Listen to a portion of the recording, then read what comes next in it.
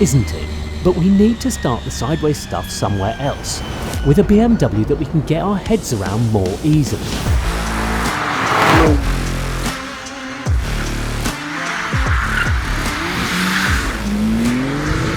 Sideways! It's silly, but it's so much fun! Look, BMW's even fitted a patented driftometer in the new M3, only they call it the Drift Analyser.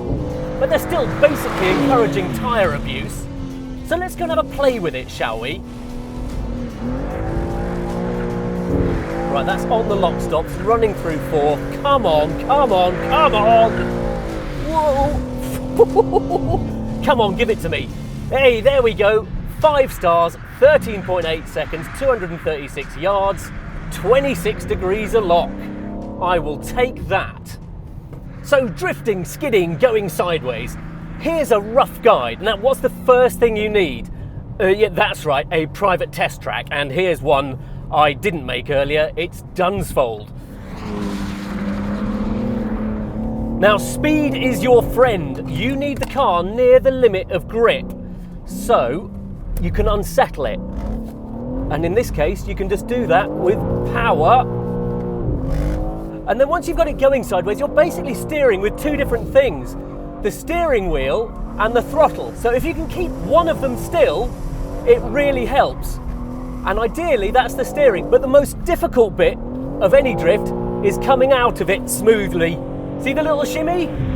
Yeah, it can be quite challenging. So this new M3 is all well and good, but if you want a really sideways M3, you need one of those.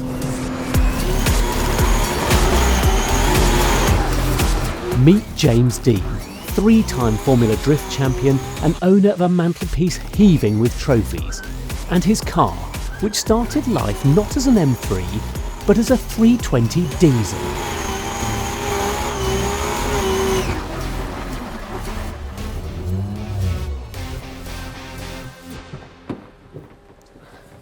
How are you? James, how you doing? Very good. That looked absolutely mad. That was a lot of fun. I thought a standard M3 threw some good shapes out around here, but this is bananas. This one is built from head to toe for the job. It's a really fun car to drive, and it's an absolute pleasure to drive in this place. Fantastic. Right, let's start as we mean to carry on. I want to have a look under the bonnet of this. Let's check it out. So, yeah.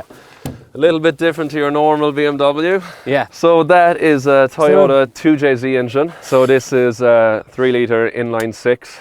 Yeah. It's fully built from the bottom to the top. My brother actually builds these engines, so it's a in-house operation. So you can blame him if anything goes wrong. Yeah, exactly. And it's dry sumped, so for higher RPM, better oiling and system. And you sit it down a bit lower in the car as well. Yeah, quite low, and basically high compression pistons. We run it on E85 fuel, and it's like 10.5 to 1 compression ratio for turbocharged. That's quite high. Yeah. We're running nitrous as well, so you've got your 2 nitrous solenoids here for more power. Whoa. And helps spool the big turbo as well. So you know, you have so just single turbo. Single turbo. Just a cracking great big one. Cracking great big one, yeah. They originally come with a twin turbo system. They're very responsive from the factory, but they don't make the power that we're aiming for. Yeah. So this engine actually makes about 870 before nitrous, and then 100 shot of nitrous, so you're touching on the door of 1,000 horsepower with the nitrous on.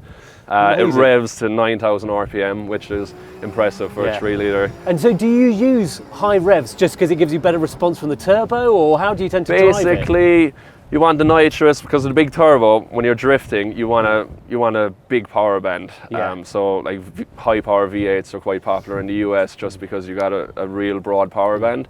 But when you're trying to make a lot of power out of a turbocharged 6-cylinder, you just want the nitrous to get the turbo to spool earlier. Nitrous is on between 3,500 and about 8,500 RPMs. It's controlled off TPS, so it's not like a Fast and the Furious kind of job. It's basically if you're over 85% of throttle in positive boost pressure, and between you can set it through the ECUs. Yeah.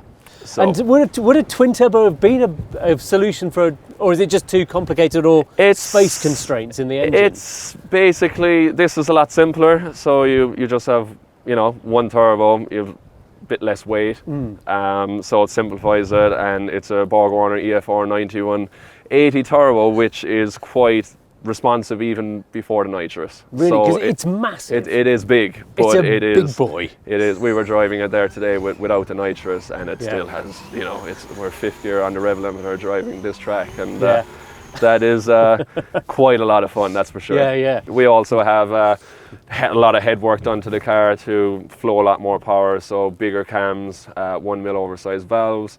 The head is CNC ported, and it's running on E85 racing fuel, so it all helps to get to the power that we're trying to achieve. It's lovely. It looks really neat and tidy. I love it, and the hoses look fantastic. Yeah, but it also looks used. It's not like immaculately clean. It looks like it gets used, especially out here this morning when it was wet. You know, there's a lot of water getting through the undercarriage because we have this open.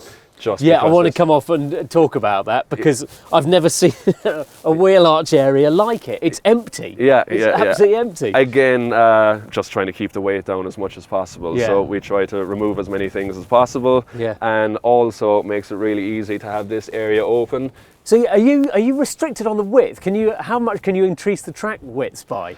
The subframe points need to remain original, and the top mounts, once you're inside the PCD, so you see the shock top is here, the PCD of those 3 bolts, once you're inside this, you can't go any wider than that. Right, gotcha. And the main advantage of increasing your track width is so you can, use all that steering angle without making any contact with the chassis itself. Yeah, because you run a 245 on the front, isn't it? 245 on the front, Falcon tyres front and rear. We run 245 on the front, 295 on the rear. Yeah, so, and if you went any wider than that, which you could you go wider than that on the front if you wanted to? Not with this amount of steering angle, so we'd have to decrease the angle to run a wider tyre. No, we like using as much as we can, So it just makes, if you have a bigger tyre, it will make contact with the chassis a lot easier. Cool, well I've loved looking under here, but let's close it down and we'll have a look along it. It's basically acting like a kite at the moment, isn't it? It's a windy day. I wanted to have a look at the stance on this thing is mad. You stand back and you just go, wow, look at it. It does look look at pretty the camber cool on the wheels and things. Yeah. But so obviously not standard BMW body panels on this anymore. No. What have you got? So this is a HEK Racing full carbon Kevlar body kit from front to rear. Everything on the car except for the A-pillar and B and C is carbon Kevlar. Right. They're the only things that remain steel. And carbon Kevlar rather than carbon fibre, why is that? Kevlar is something that they specialise in. It's very, very extremely lightweight, very flexible. So carbon fibre seems to be a lot more rigid, where this will push and flex. So we have in drifting a lot of contact, and you want it to be able to move a little bit. Excellent. Without cracking or breaking. So it's very flexible, very durable, extremely lightweight, and obviously it's quite a lot wider than original. As we're talking about the extra track width, it's nice to have, the wheels not sticking outside of the bodywork. So it keeps it all looking really neat and tidy. And are you limited on looking at the front wheel? Obviously you're running, it's not at a normal wheel angle. Yeah. So are you limited on what you can do with the wheels? You're unlimited with camber, unlimited with caster. As I said, once your main suspension points remain within the rule book, we're free to run whatever geometry we like. Really? So the main reason we have this much camber is because there's so much steering angle. You want your outside wheel to, when maximize the contact patch. Yeah, when it's straight, it's quite cambered, but when you're in drift, it levels out. Yeah. So it's you have a lot more steering grip at high speeds when the car is really, really sideways. Yeah. And how many turns lock to lock do you run? It's about car. It's about 2.5 turns, so it's quite normal. But you just have so much more. A lot of direction change in that. So much more direction change. So it's actually quite, it's quite quick. If you were to drive it normally, you'd feel it very positive. But there's a lot of then once it goes, compared to it, it's an easy car to park, let's just say that.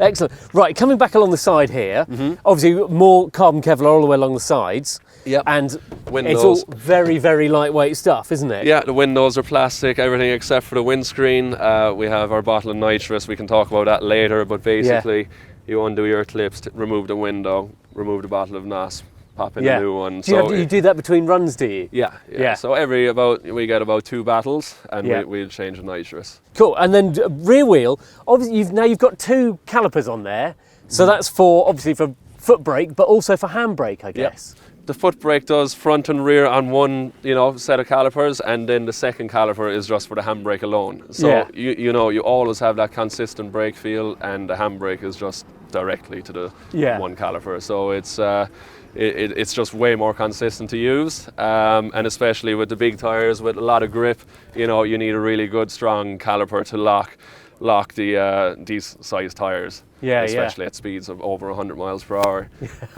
And we often run a smaller caliper in line with the front caliper, just so you have more braking force to the front, because we often left foot brake quite a lot too, to balance the car in drift, balance your line. And if your caliper is too strong on the rear while you're left foot braking, it can actually bog the bog the car down, bog the engine down. So something like 75 front, 25 rear, and you'd barely notice. There's no real drag to the back when you're balancing. And then you use a handbrake mid-corner as well, or is it just to induce? It's mainly to initiate the drift, snap to angle fast using the handbrake, and then the majority of the rest of the runs are on power. And we'd often use the handbrake too in tandem drifting. If you're getting really close to the lead car in a tandem drift, you can ease up the speed, come back a bit by using the handbrake. Really? You can also use left foot braking for this, but it depends on the conditions, it depends on the track, but they're the two main techniques you would use to control the speed while chasing a different car on track. Yeah. It's quite technical when you get into it, but it's a hell of a lot of fun. I hadn't expected to see this here. You've got another radiator back here. Obviously there's one under the bonnet. What's this one doing? Yeah, so the one under the bonnet is the intercooler, that's for cooling the air, and here we got our main water cooler. And the main reason we put it in the rear is because to offset the weight balance of that big Toyota 2JZ engine in the front. So we want to run the car, as close to 50-50 as possible, to have as much forward grip as possible in the car. A lot of people, when they think about drifting, they think, you're going slow, you're sliding around the corner. But when it comes to competition, we're trying to do it as fast as possible. So you want weight on the back wheels? Yeah. This car is exactly 50-50. We also have our two power steering pumps here, which are electric hydraulic pumps, feeding all the way up to the rack. We have our bottle of nitrous in the back. Yeah, let's have a look. You'll see. So we can open the boot, although it's not exactly a load bay underneath it, is it? No, exactly. So here you can see all the carbon Kevlar, and we got two massive SPAL fans on the carbon fibre fan shroud for the radiator. The width of the radiator is over 1 metre wide, so this car does not, you can keep beating on it and it does not overheat. Never overheat. And there's the gearbox at the back as well. So gearbox is directly bolted onto the engine. It is. And you've still got 50-50 weight distribution, even with the gearbox weight up front. Yeah. They're quite, it's surprising with the amount of water that this takes. It's about 15 litres. Our fuel cell is just behind the passenger seat, so we have quite a lot of weight put back over the back of the car. Yeah. The transmission is a 5-speed sequential Samsonite transmission. We got a carbon fibre prop shaft going back to Winter's differential, which is very interesting. So it's a spool type diff. Typically, a lot of performance cars would have a limited slip diff, and that allows there to be a certain amount of slip for good turn in, but sometimes they can, they can let you down sometimes with spinning the inside tyre, where in drifting we want the two wheels spinning at the same speed all the time. So it's just another component that you don't have to worry about. So the diff is totally locked, solid, spool, and it's a Winter's quick change. So you can undo, if you look at the back plate, you can take off those ring of bolts. That slides out. You've got two drop gears in there, and you can change your final drive ratio in about 6 minutes. So you can totally. And do you need to do that? So we try to get the gearing to suit the track we're drifting, to have as little shifts in drift as possible, because you want to simplify it as much as possible. The less gear shifts you have to make, the less chance you have of a bad shift or breaking the transmission, or because you do use the clutch, don't you? Because it is a sequential box, but you use the clutch all the time. We use the clutch all the time, because we have tried flat shift in the past, but it doesn't work so well if the tyres are spinning. As soon as it cuts the power, the tyres just slow down so much, and when it pops back on power, it can just damage the dogs. Right. And it's not very consistent. So cool. we try to it works good for us using the clutch all the time. Yeah. You know exactly where you're at. All right, let's close that back down. Should we have a look inside? Yeah. Yeah. You jump in, I'll just crouch down here somewhere. Right, we're in. We're in. This welcome to my office. Exactly. But it looks, well, I mean, it looks like mostly like a rally car is what it reminds me of, because you've got the two big levers. So you've got a gear lever and a handbrake. Yeah, so you have your sequential transmission here, hydraulic handbrake here. Confusing ever? Not for me, because I started drifting, in this kind of way 15 years ago. So I always had a handbrake next to the wheel. Yeah. Because, as I was saying, you try to remain in the one gear while in drift in most tracks if you get the setup right. So you're using this a lot more than the actual gear lever. Yeah.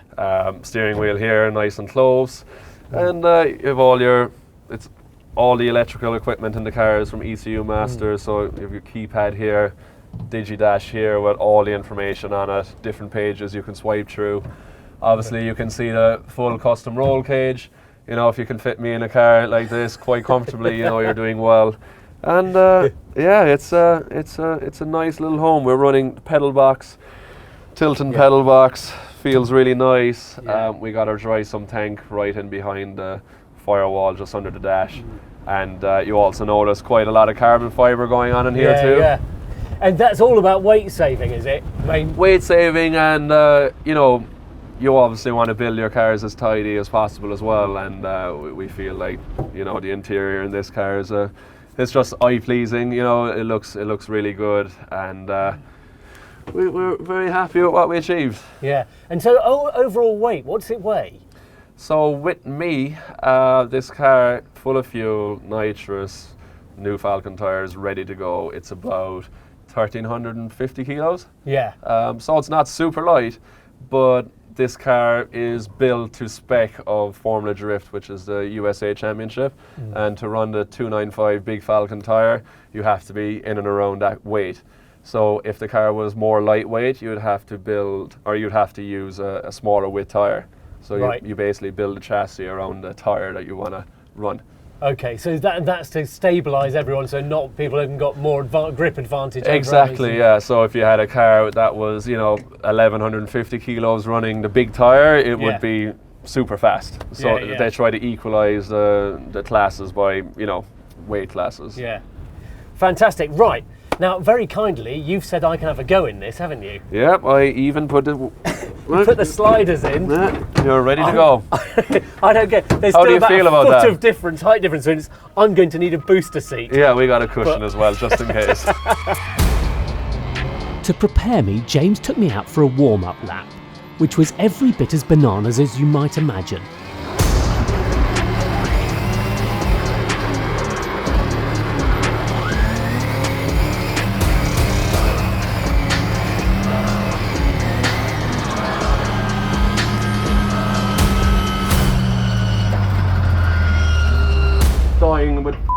Dying, like. Not much we can do about that, I'd say. Yeah, dead car meant no Dunsfold drive. So about 3 months later, with the car repaired, we hopped on a ferry across to Dublin to visit James on his home turf.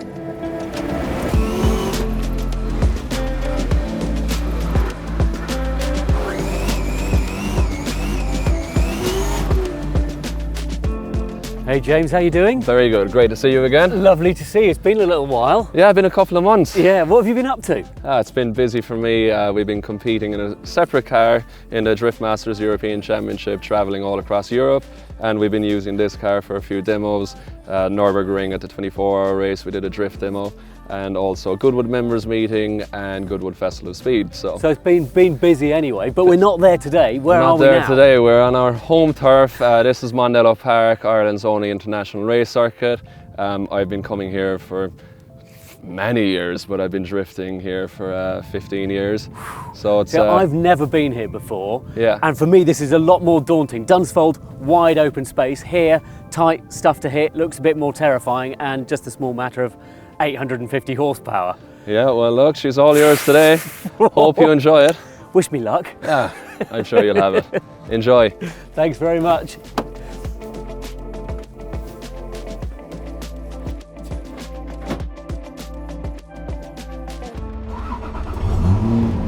Right, I'm going to admit to a bit of apprehension now I'm in here. Never driven a full house drift car before. Slightly intimidating, 850 horsepower. So I'm going to build up to it a bit, I think. But look, here's the turning circle, okay? It's got a locked diff, so it doesn't exactly do this very well, but look, you can basically turn round in its own length. So it's just going to get a bit of heat into it and then go into it, but it's quite softly set up. It's, you know, there's detectable roll in the front.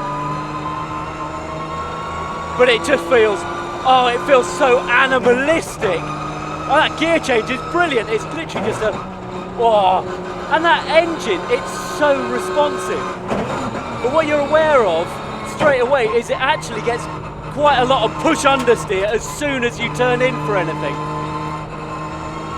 Because it's got a lock rear differential, so it's just trying to force the car onwards. It doesn't really want to know about all this going straight business.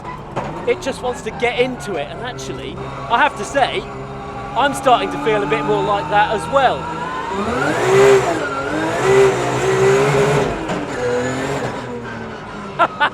That's hilarious. I can't talk. Oh my word, that is... Oh my God, that is wild. It really gives you confidence. That's what's surprising. You know, one lap in, it just feels like, oh no, there's no grip there. But as soon as the rear gets involved, you can feel it's going, yeah, now I'm trying to get happy. And so am I.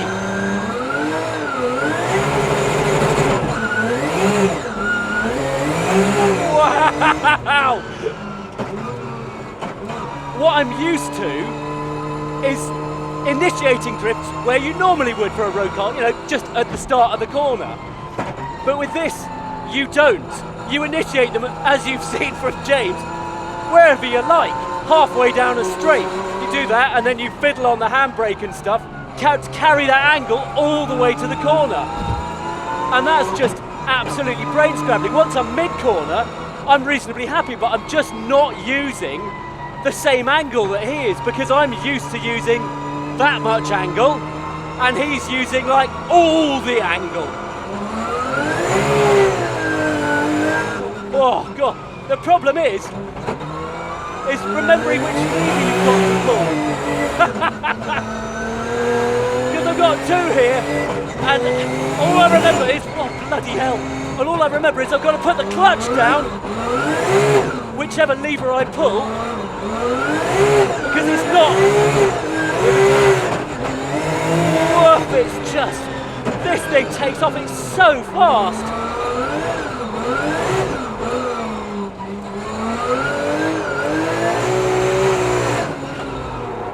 Let's try this.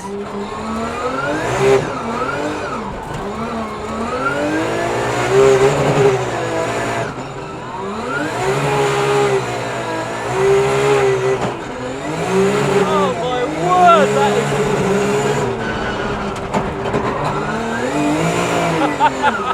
I can't get used to the angle. That's the most alien thing of all.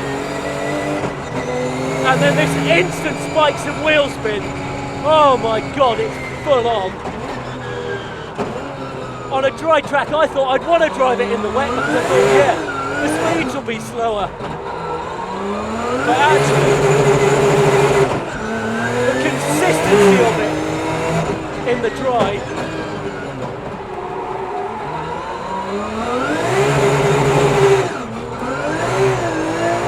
Oh, through that corner now.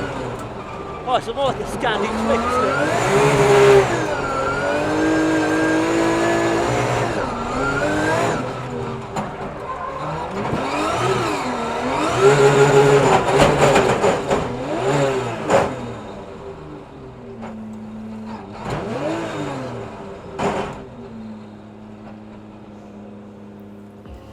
Right, so end of the day, got a bit of an apology to make because I've managed to damage the gearbox in your car. It's all part of it. Yeah, This is motorsport. It's. I'm not feeling very proud of myself, but yeah. I'm just really glad you got quite a few laps in the car, and Yeah. you were smiling. Absolutely. I thought it was a wild ride. I couldn't believe. It was really interesting to drive it in the dry and the sort of drying when it was a bit damp, because I couldn't believe how fast the engine ramps up when you hit a patch of wet. Yeah. I knew I'd get a little bit, but it spikes. As soon as it comes up into the boost, it just goes like almost immediately to the rev limiter. No matter what gear you're in. Yeah. And that's kind of a frightening thing, I think, to experience. Getting used to that, because before I came here, I really thought, now, I'm happy if it's wet because the speeds will be lower and everything else, but driving it, you realise that what you want is consistency of the surface, and I'm guessing that's the same for you. You just want it bone dry, high speed. Yeah, 100%. Like, it's really, really difficult to, be consistent and know what to expect when the conditions are wet and dry, because suddenly the car has a load of grip and then it's like hitting ice and then grip, and it's very hard to be smooth. Yeah. But it's a really good buzz. I've always wondered why people get so excited about 2JZs, and now I know. I think it's the first time I've used an engine that is that fizzy and exciting, and the response from it is amazing for a turbocharged engine. Yeah, as soon as it comes on boost, so like anywhere over 4,500 RPM, it just lights up, and once you're above that power band, it's almost like a motorbike engine, but it's sending 850 horsepower directly to the back tires. No anti-lag running today. No anti-lag, no nitrous. You felt the engine just raw, 9,000 RPM, 870 horsepower, and it's a blast to drive. Yeah, it really is. It's that is, I think, is one of my big take-homes, was just how hard and how much power you've got, and how accessible it was. So I saw when I was sitting next to you, really active on the throttle pedal, very sharp with it, and just blipping it a lot all the time. Yeah, I think a lot of people have different driving styles. I use that quite a bit. I'm basically doing an Irish jig behind the pedal sometimes, but a lot of that too is keeping the power band above the 4,500 RPM. So you are always, the second you get back on power after using clutch or shifting a gear, you're in that power band, and it keeps the tires lit up. And it was really surprising how little input you needed to do to get it to switch from one lock to the other when you were transitioning. I expected you'd have to really unsettle the car. But it didn't really. You could just sort of give it a quick movement of the steering, and it was broadside the other way. The car is really well set up for what we do, and you can probably feel the weight balance of the car. It's actually exactly 50-50, and it has a lot of grip in the back. So as soon as you start coming off the power a bit and you add a bit more steering angle, the car wants to snap to the other direction, and sometimes you can also give it like a slip of the clutch as the car is transitioning to speed the speed from going from left to right. That was my one of the things I struggled with, is I knew I had to use the clutch whether I was pulling the gear lever or the handbrake, but your brain, I mean, it's a bit of a quite busy in there at the time when you're dealing with 850 horsepower and everything. There's a lot to remember to what you're doing and trying to remember to which levers you need to pull and things. But that handbrake is so effective. On the rear wheels. It's absolutely instant. Yeah, and the size of the tyres too. We're running low tyre pressure today as well, so you could get a good experience for, what it feels like. Yeah, one of the things I wanted to find out about is how it compares to a road car. So for me, what was most interesting was I know where I initiate drifts in a road car, and it's just before you get to a corner. But for you, it was like halfway back down the straight, doing twice the speed I'd have ever been doing, and throwing it to a massive angle, and then looked like you were feathering the handbrake to hold it at a particular angle as it sort of loses the speed down to what you need for the apex. Exactly, like in drifting as well, to give like a passenger a really good feeling of, you can pretty much link up corners that you could never imagine you could carry from one corner to another in a slide. So with that much power, you can carry the drift a lot further down the straight. And then you notice when you're reducing angle, the car is accelerating at a high rate of speed, and then you're basically throwing the car in the other direction, and you can keep the drift going by, scrubbing your speed using the handbrake, which extends the drift. And then when you're kind of coming close to the apex of the corner again, you can get back on the power and you're moving forward pretty quick again. You can scrub so much speed with angle, you know, like Yeah. it's braking with the car 90 degrees to the track, and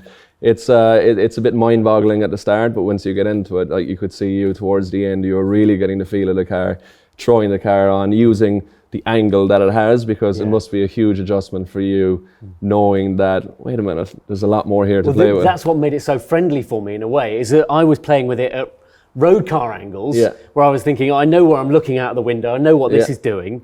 And yet, There's so much more. And when it had a bit more throttle and I'd gone a bit further, I could just go, oh yeah, I'm only using about half the available lock. You just keep putting lock in it. Yeah. So actually it felt, and the grip it's got, but I think that's one of the things against a road car, is your apex speed is dazzling. So you're starting to drift from miles out, and then your apex speed is still really fast. Yeah. It's a car with a lot of grip. And a lot of people don't really realise that until they either experience it from the passenger seat, or like you today, driving the car.